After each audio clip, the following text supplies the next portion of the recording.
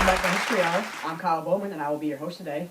Spencer Hardenberg could not make it. Due to his angelic voice, he's being recruited by Ken Burns for his next documentary.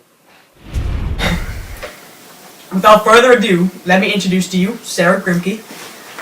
So happy to be here. Thank you for having me. You're welcome. And Sojourner Truth. Howdy. Howdy. How are you doing?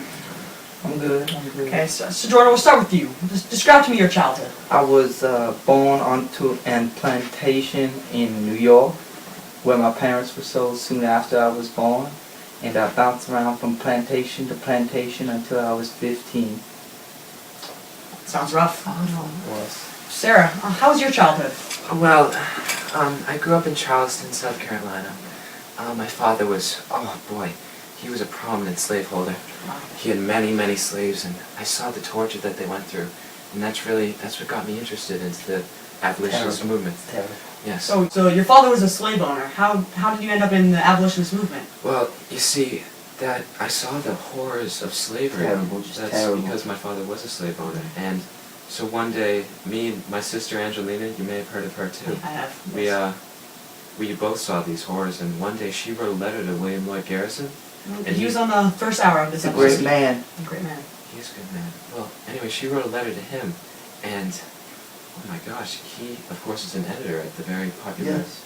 newspaper. Have you guys heard of it? The Liberator? Yes, Oh, the Liberator. yes, yes. And so she wrote a letter to him one day about anti-slavery, and he actually published it. And Wow. many people saw it. So Wow. both me and Angelina were faced with a decision. We're both very religious Quakers, and so we were faced with the That's decision: stay with the Quaker, a good standing Quaker, or we could join the abolitionist movement, and we chose the latter. Take it as you wrote a letter, you're educated? How did Yes. you become educated? Well, you see, my father was a very famous judge in South, I shouldn't say famous, but very well-known judge in Charleston, where I grew up. And so I studied to be a lawyer. And when they found out that I wanted to go to college with my brother, they stopped me. How They said- unfortunate. I Yeah. never got the chance to learn to read. I was never educated. So you're still uneducated. Indeed. Indeed. You were literate? Yeah. It's tough. It's tough. After your parents stopped your education, how did you further educate yourself? Well, you see, after me and Angelina both joined the abolitionist movement, Theodore Weld actually tutored us on essentially how to be an abolitionist. He taught us how to speak It's to great. big crowds and It's just, great. yeah. And so he went on to marry Angelina. Wow.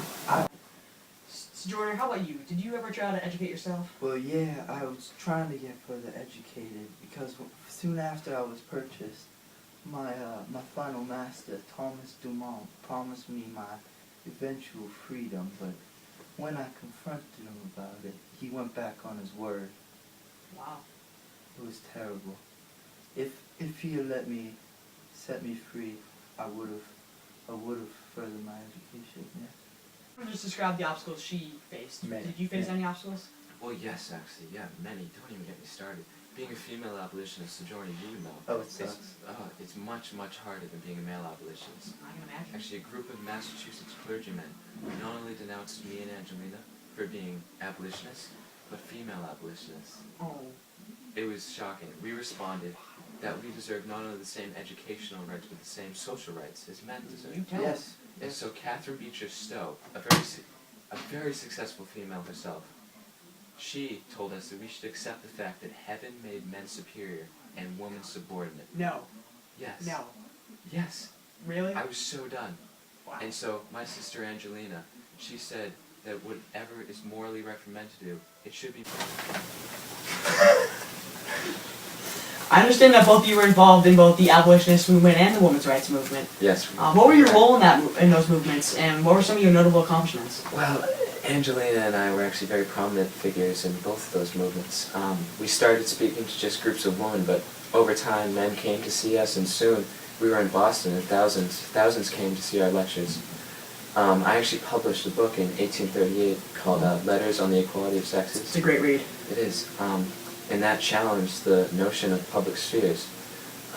Angelina and I, we were the first to apply the idea of equality in the abolitionist movement with slavery to women. Wow. Yes, so we're Great work. quite Great accomplished. Sojourner, how about you? Well, I played a significant role in both the abolitionist and feminist movement. In the feminist movement, first of all, I gave my rousing speech, at the Ohio Feminist Convention.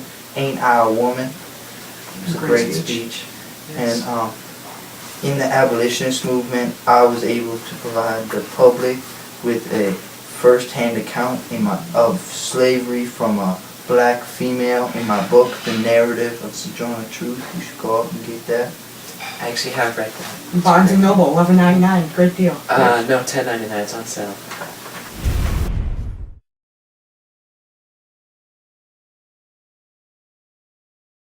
Abolitionists called for the immediate emancipation of all slaves.